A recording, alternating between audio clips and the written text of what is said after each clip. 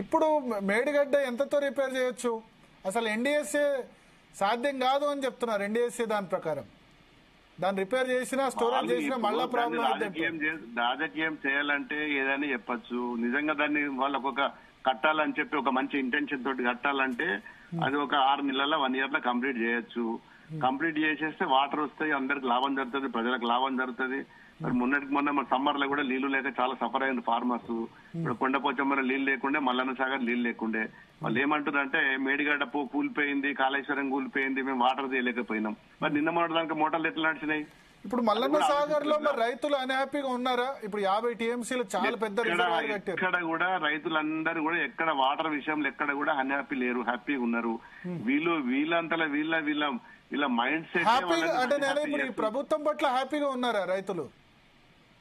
అది అది మీరు చెప్పాలి, హ్యాపీగా ఉన్నారా లేదా అని చెప్పి. మీరు చెప్తారా? దుబ్బాక ఎమ్మెల్యే అట్లా కాదు భరత్, నేను ఏమంటున్నాను, వాళ్ళు ఏమంటారంటే మేము వచ్చి 2 సీజన్లు అయింది, 2 సీజన్లో కాళేశ్వరం ప్రాజెక్ట్ అసలు అవసరమే పడలేదు, పడకుండానే మేము నీళ్లు ఇస్తున్నాం కదా, ఎస్ఆర్ఎస్పీ నీళ్లు ఇస్తున్నాం కదా అని అంటున్నారు. అట్లా కాదు, ఒక విషయము మోటార్లు లేనిది, పంప్ హౌజులు లేనిది, టన్నల్స్ లేనిది, బ్యారేజీలు లేనిది. ఇప్పుడు ఈ మల్లన్న సాగర్ కు, కొండపోచమ్మకు, రంగనాయక్ సార్ కు, అన్నపూర్ణ ప్రాజెక్టులకు వాటర్ ఎక్కడి నుంచి వస్తుంది? మరి ఇలా హైదరాబాద్ కు డ్రింకింగ్ వాటర్ ఎక్కడి నుంచి వస్తుంది? ఇలా మల్లన్న సాగర్ తోటే కదా హైదరాబాద్ కు డ్రింకింగ్ వాటర్ వచ్చేది. ఇవన్నీ ఆలోచించాలి కదా. ఇలా కాళేశ్వరం కూలిపోయిందంటే మరి వాటర్ నిన్న మోడదానికి మోటార్లు నడిచినాయి కదా, అన్ని ప్రాజెక్టులు నీళ్ళు ఎక్కడి నుంచి వచ్చినాయి? మరి కాళేశ్వరం ప్రాజెక్టే కూలిపోతే మరి వాటర్ ఎట్లా వచ్చినాయి? ఇప్పుడు మల్లన్న సాగర్ లో నీళ్లు ఉన్నాయి, రంగనాయక సాగర్ లో నీళ్లు ఉన్నాయి, కొండపోచమ్మలో నీళ్లు ఉన్నాయి, అన్నపూర్ణ సాగర్ లో నీళ్లు ఉన్నాయి. ఇవన్నీ ఎట్లా వచ్చినాయి? ఎక్కడి నుంచి వచ్చినాయి? అప్పుడు కట్టిన ప్రాజెక్టులతోటే కదా నీళ్లు వచ్చినాయి.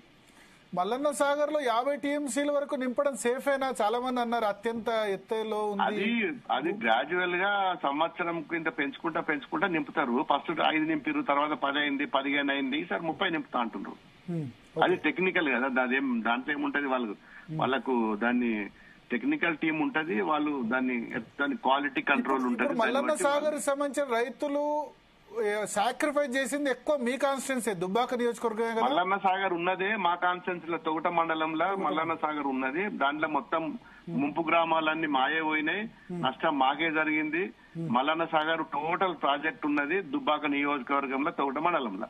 ఓకే, సో ఇప్పుడు రైతులు మల్లన్న సాగర్ ద్వారా మాకు ఇప్పుడు మొన్నటి వరకు కూడా మాకు నీళ్లు లేక చాలా తిప్పలైంది. కాలువలు మెయిన్ కాలువలు అయినాయి కానీ సబ్ కెనాల్స్ కాలేదు. చాలా మేము ఎన్నో సార్లు మొరబెట్టుకున్నా గానీ మల్లన్న సాగర్ లో కనీసము ఆ మట్టి తీసినా గానీ ఆ మట్టి కాలువలలో మేము పోయి చెల్లుకుంటా నింపుకుంటామంటే కూడా ఈ ప్రభుత్వం సహకరించలేదు.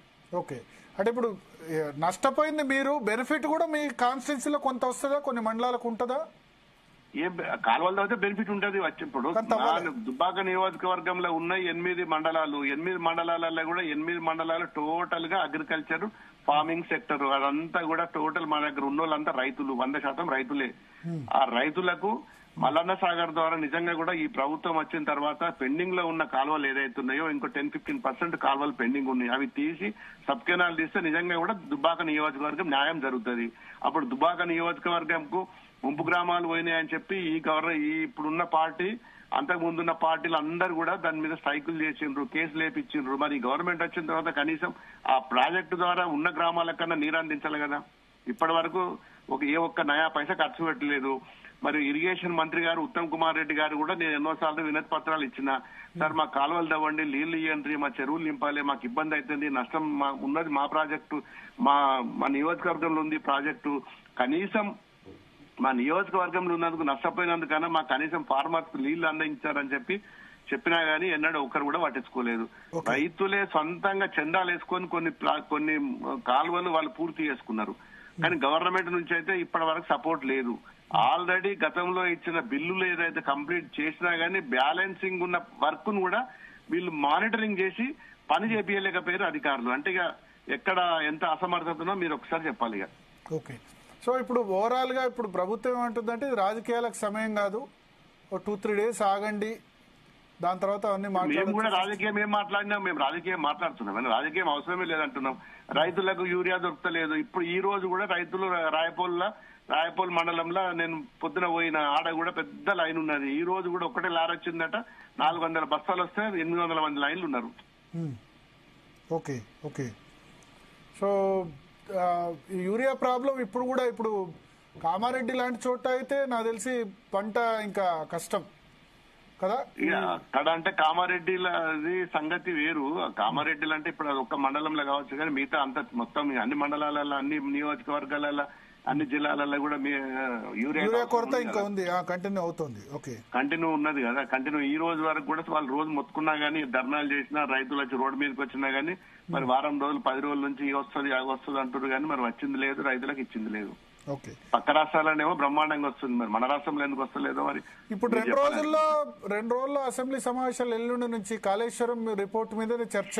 దానిలో ప్రభుత్వం చెప్తుంది, చూడండి మేము కాళేశ్వరం లేకుండానే మొత్తం నిండిపోయినాయి ప్రాజెక్టులు, లేకుండానే నీళ్ళు ఇచ్చాం, కాంగ్రెస్ కట్టిన ప్రాజెక్టులు ఎస్ఆర్ఎస్పీ ద్వారా నీళ్ళు వచ్చాయి, మిడ్ మానేర్ మేమే కట్టాం, దాని ద్వారానే నీళ్ళు వస్తున్నాయి, ఎల్ఎండి కట్టింది మేమే, అన్ని కట్టింది మేమే, దాని ద్వారా అన్ని కట్టింది వాళ్ళే. మరి ఇప్పుడు మల్లన్న సాగర్ వాళ్ళు కట్టిండ్రు, కొండపోచమ్మ వాళ్ళు కట్టిండ్రు, రంగనాయక సాగర్ వాళ్ళు కట్టిండ్రు, అనంతగిరి సాగర్ కట్టిండ్రు, అలా రావడానికి టన్నల్స్ వాళ్ళు తవ్విండ్రు, పంప్ హౌస్ వాళ్ళు కట్టిండ్రు, మోటార్ వాళ్ళు పెట్టిండ్రు. మరి ఈ బ్యారేజ్లన్నీ Annapurna barrage, Medigadda barrage, Sundilla barrage, ఈ బ్యారేజ్ వాళ్ళు కట్టిండ్రు. ఫ్యూచర్ ప్లాన్ కోసమే ఇవన్నీ కట్టిండ్రు కదా. మరి ఇప్పుడు నీళ్లు వస్తున్నాయి అంటే మరి దీంతో హైదరాబాద్ కు నీళ్లు ఎట్లా వస్తున్నాయి? మరి మొన్న ముఖ్యమంత్రి గారు వేరే project Yellampalli, Nagarjuna Sagar, Yellampalli water Hyderabad drinking, ఇంకా 4 రోజులైతే హైదరాబాద్ డ్రింకింగ్ వాటర్ కూడా సరిపో. ఇప్పుడు మరి మల్లన్న సాగర్కి వెళ్ళి తీసుకుపోయి హైదరాబాద్ కు డ్రింకింగ్ వాటర్ ఎట్లా సప్లై చేస్తున్నారండి? ఇప్పుడు లేకపోతే హైదరాబాద్ పరిస్థితి ఏముంటుండే? ఇప్పుడు ఎల్లంపల్లి తోటి వచ్చి నీళ్ళు సరిపోతుండేనా? ఎల్లంపల్లి సరిపోతుంటే, ఒకవేళ Yellampalli water Hyderabad metro water సరిపోతే మల్లన్న సాగర్కి వెళ్ళి ఎందుకు డైవర్ట్ చేసిండ్రు వాటర్ ను? ఓకే, ఎల్లంపల్లి, సింగూరు, నాగార్జున సాగర్ ఇక్కడ నుంచే మేజర్ గా హైదరాబాద్ కు వస్తున్నాయని చెప్తున్నారు. అవును, మల్లన్న సాగర్కి వెళ్ళి మరి ఇప్పుడు మన రీసెంట్లీ మల్లన్న సాగర్కి వెళ్ళి ఎక్స్ట్రా లైన్ వేసింది కదా, పెద్ద లైన్. ఓకే, అది ఎందుకు చెప్పారు మరి? మల్లన్న సాగర్ లేకపోతే, మరి కాళేశ్వరమే లేకపోతే హైదరాబాద్ డ్రింకింగ్ వాటర్ ఎక్కడికి వెళ్ళి వస్తుండే? ఇలా మరి నిజంగానే ఎల్లంపల్లి వాటర్ సరిపోయి ఉంటే ఇలా మరి మల్లన్న సాగర్కి వెళ్ళి ఎందుకు డైవర్షన్ చేసిండ్రు వాటరు? ఓకే, థ్యాంక్ యూ కొత్త ప్రభాకర్ రెడ్డి గారు. సో మొత్తానికి స్పందన 1 2 రోజుల్లో